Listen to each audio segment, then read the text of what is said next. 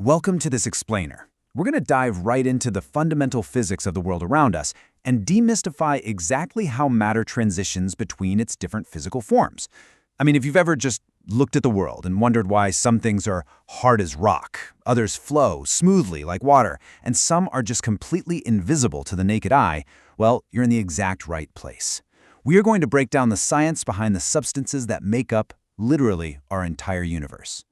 So here's our roadmap for today. We'll start with a dramatic real-world example. In our first section, zoom all the way down to the atomic building blocks, compare the three main states of matter side by side, and finally, we're going to put it all to the test in a practical setting. Let's get into it. Section 1. The nature of matter. We're kicking things off by looking at the boundaries of physical states and how they transform. To get us started, I want you to picture this massive, highly visual, real-world phenomenon. Think about a volcano. Ask yourself, how can lava flow so freely and spill over the Earth, while cooled areas of the exact same substance stand as rigid as a mountain? It's a fascinating paradox, right? We are looking at identical chemical materials, yet they interact with the world around them in completely different ways. And this contrast brilliantly highlights our core mystery. Imagine that molten, glowing orange river of lava. It's moving, it's bubbling with intense heat, behaving essentially like a fluid. But then, as it moves away from the heat source and hits the cool air, you can observe the exact moment it starts to change. The outer edges begin to crust over, that vibrant orange dims into a dull, ashy gray, and within a surprisingly short amount of time, that flowing river solidifies into an absolutely unyielding wall of hardened black rock. The crazy thing is, the fluid dynamics of the molten flow and the rigid structure of the cooled basalt, they're just two sides of the exact same chemical coin. The secret here? It's all about changing temperatures and internal movement. The fundamental characteristics of the substance shift simply because changes in heat directly influence the internal microscopic movement of the material itself. You know, it's not magic. It's just microscopic mechanics responding to a changing environment. Section 2. The invisible building blocks. To truly understand how this works, we need to zoom down to the microworld. First up, we have the atom, which is the absolute foundational unit of any element that keeps its unique properties intact. Think of the atom as the ultimate foundational Lego brick of the universe. If you took a chunk of pure gold and just kept cutting it in half over and over and over again, eventually you'd get down to a single gold atom. It's literally the smallest piece you can possibly have that still behaves like gold, before you start breaking the very laws of chemistry. Building on that, when chemical forces hold a group of these atoms together, they form a molecule, and this acts as the smallest fundamental unit of a compound that keeps all the properties of that compound. For instance, if you take two individual hydrogen atoms and chemically bind them to one single oxygen atom, they join forces to create something entirely new, a water molecule. That single microscopic unit is the smallest drop of water you could possibly ever have. And that brings us to kinetic energy, which describes the energy resulting from the internal motion of these particles. Simply put, kinetic energy is the energy of motion.